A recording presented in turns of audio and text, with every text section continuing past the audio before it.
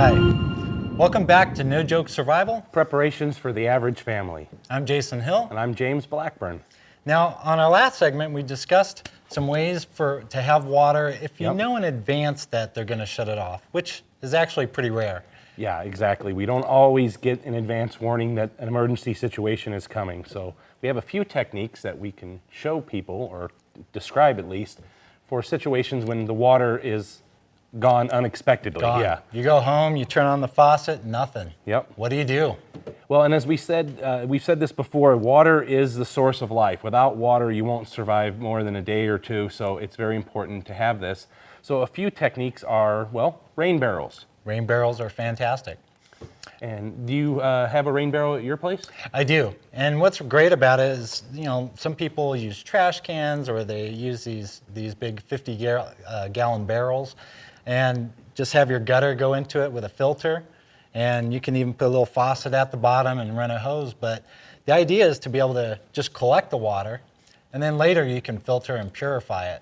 Exactly. So the container that it's stored in, it just has to be able to hold the water because it can be cleaned later, no matter how dirty the water might be. Yeah, and that's great, because 50 gallons rainwater, and you don't have to do anything. It just sits there. Yeah, and you collect it just without a costing a dime, just whatever the barrel costs itself. That's it, nature. So another technique is for folks to have bottled water in the house, in the pantry. Just have yourself a case of that stuff sitting around, because if you had 24 bottles of water and you had no water in your home, that you'd be like gold.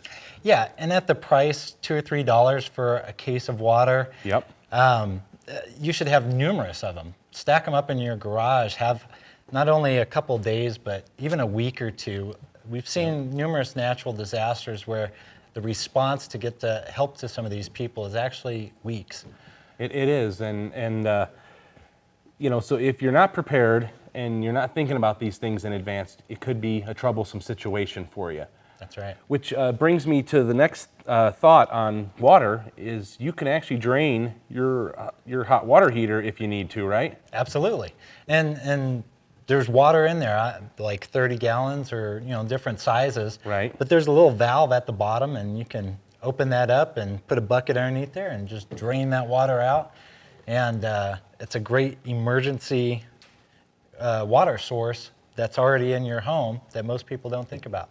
Which brings us to the next thing that I was thinking of, is that you could still have water in the lines as well, which is similar to it just being stored there, like in a hot water heater, but in the lines itself. Yeah, and that's one of those things where, unfortunately, if you go to your kitchen sink and you turn it on and it runs for a few seconds and then shuts off, you've kind of wasted that water that was in the line trying to figure out your water shut off. Right. But you might be able to then go to the bathroom sinks, get a container. If there's any pressure in the line, you might be able to get a little bit of water out of that. And even if it's a glass of water, that's a good glass of water. Right, and I wouldn't even thought of that particular thing, that there is extra water already in the lines to start with. Mm-hmm. Now, can you tell me and the audience a little bit about the transpiration then? Yeah, transpiration is a really neat process where you kind of let Mother Nature do the work for you. And what it is, if you have a plastic bag, kind of like a trash bag, and you wrap it around the green branches of a tree. So you find yourself a tree with lots of green leaves on it, and you wrap it around and you tie it off. Right. And what happens is the sun will heat that up, okay? And to put it in simpler terms, the leaves are going to sweat out their moisture. And when they do, it's all going to condensate on the inside of that bag and drip down to the lowest point. And so after a day in the sun, you can actually have a whole bunch of water in there, and you can drink that. It doesn't have to be filtered or purified at all. We're talking about transpiration, and I haven't actually tried that technique in the field yet, but I think next time I'm out, I will try it just to learn how to to that. Gives it a nice green flavor, I imagine. So, we got our beginner's box. I do. Beginner's box! Beginner's box! Woo! I need some kind of noisemaker. Right? So anticlimactic compared to you guys. So what all do we have in the beginner's box? So today's beginner's box is all about water and water purification. That's right. Acquiring water. So let us actually go, talk to me. What is this for? That's for doing the water heater. Okay. All right. So with some models of water heater, I mean, you can't really just crank off anything yourself. So if you have a wrench, that way you can open it up, get the water out.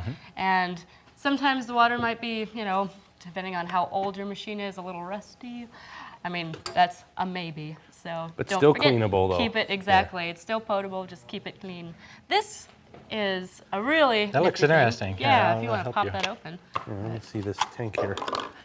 Yeah, this is a neat little stove. Looks like a dental tool or something. Yeah.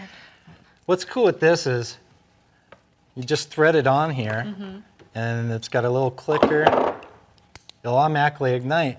And it's a fuel source so that you can take your pan, rest it on there. Boil your water. Once you open that up, yeah, and boil your water. This works nicely if you are in one of those places where you don't necessarily have a fireplace, and if your electricity goes out, great way to boil your water. Yeah, because that's potable really water. important is to have clean water to Yes. drink. So having Yeah. a backup source that you can do that with is really important. Sweet. So this guy that's sticking right out is bleach. I mean, you can use just whatever kind of bleach. Don't use too much. You use, I believe it's a tablespoon per 5 gallons. Teaspoon. Teaspoon. Oh my gosh, yeah. I'm going to kill you. It is a teaspoon per 5 gallons of water. And then after you put the bleach into the water, it's good to save, to wait a half an hour, give it that time to really kind of purify the water, and then it's completely safe to drink. That's So, right. Then we have, this is what's called a sterno. So all you have to do, if you just pop it open, you can use, just can opener, pair of scissors, whatnot. There's a fuel source in here, and you can just light it up. And this is similar to this guy, to where you can use it, just put a pot of water on, and then it boils up. Yeah, and I think restaurant supply places sell these like in bulk Yes. for Yeah. Yes, they do. banquets and Exactly. stuff like Those big buffet things that they do where Exactly. the heat's Hotels. underneath. Yeah. Perfect. This, actually, do you want to explain what this is? This is the Well, this soil is a filtration? water filter, and basically you're going to attach it, and you fill this up with your dirty water. You put that on there, and then you're going to squeeze that out into a container, and it's drinkable Completely water. safe to drink. Nice. Yeah. Very cool. This last little Very guy. simple. All right. Wah! I was afraid that was going to happen. This, we have just a few different water filtration tablets, right? So Yep. what are the differences between these, or is there any difference? Yeah, there's a couple. One is actually kind of for like flavor, because water, when you treat it, can kind of taste really bad. Yep. But this one here is just, you add 2 tablets to a quart of water. You wait 5 minutes and you kind of shake it up, make sure it gets on the cap, and then you wait another 30 minutes, and that treats a quart or a liter of water. Nice. Very cool. All right. And then Show this me here, this. this is just a water straw, okay? And I love these because I take them camping, but you can walk up onto a muddy puddle and just stick it down in there and start drinking Filters away. it out right And so away. just that filters out enough to where it's potable, Nice. completely potable? Yep, That's intense. Yeah, Man, it's the awesome. the things they invent nowadays, that's And there are a variety of different filtering devices that I've seen over the years, and they all seem to do the same nice job of getting out anything that could make you sick, which obviously, dirt don't hurt, but bugs do. So, yep. And Now- especially the little bugs that you can't see. yeah, the So- little tiny ones, yeah. Now, we covered our beginner's box items, and we're going to actually have a contest in the last segment of the show. But we have a few things to talk about as far as water purification and filtering and things that you do for that. And so you have pre-purchased water filters, something along these lines, which are Right. great. Okay. But what happens if you don't have one of these handy? That's very true. Well, you want to make your own water filter, and so you can use coffee filters or like a clean cotton t-shirt, things like that, Cheesecloth, right? cheesecloth, to try to filter out as much of the dirty stuff as possible and then boil that water. And you can also simulate essentially the ground, and then virtually then the groundwater. You can have different layers if you have a container, and if you want to go that far, you can get medium-sized rocks, large-sized rocks, and then soil, and then kind of pour your water out, and hopefully it'll come through with that cheesecloth That's and right. the A filter. little charcoal. Yeah. Yep. You know, it's Charcoal a- goes a long That's way what's too. in a lot of these filters is charcoal. So you can make a fire and put some of that in there and use that as your filter as well. Charcoal does a lot. If you have an upset stomach, I mean, you know, my mom used to just take a little bit of charcoal, all right, chew on that. I mean, I thought she was the craziest person in the world when I was little, you know, but now it makes perfect sense. But yeah, and you know, and so with all these techniques, think about even going into your backyard. You know, if you have no water, but it rains and stuff, so if you dig down into your yard, you'll get some muddy water down in the bottom of that hole, and you can collect it up. Again, try to filter it as best you can. But the idea is to be in a state of mind where you're thinking, okay, how can I get water? Can I set up a plastic tarp, you know, out in the backyard, or an umbrella? Turn an umbrella upside down out during a rainstorm, you're going to collect up some water Yeah. that way. True.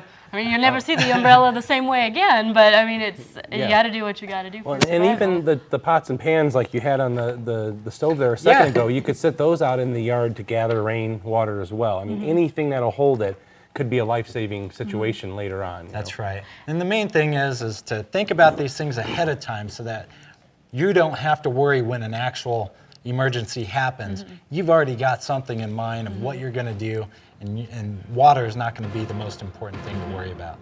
Yep. So when we come back from the break, we're going to have our competition, and that's going to be a lot of fun. Awesome. Yeah, and like last time, I'm not going to brag about how good I'm going to do this time. I'll wait and see. It was a little humbling, that last contest. On the last episode, I kind of tooted my own horn, and Jason won. So. That's So all I'm- right, though. This one's going to be a fun one as well. Yeah. We always have a good time with that. So We let's love pick water. a few things here.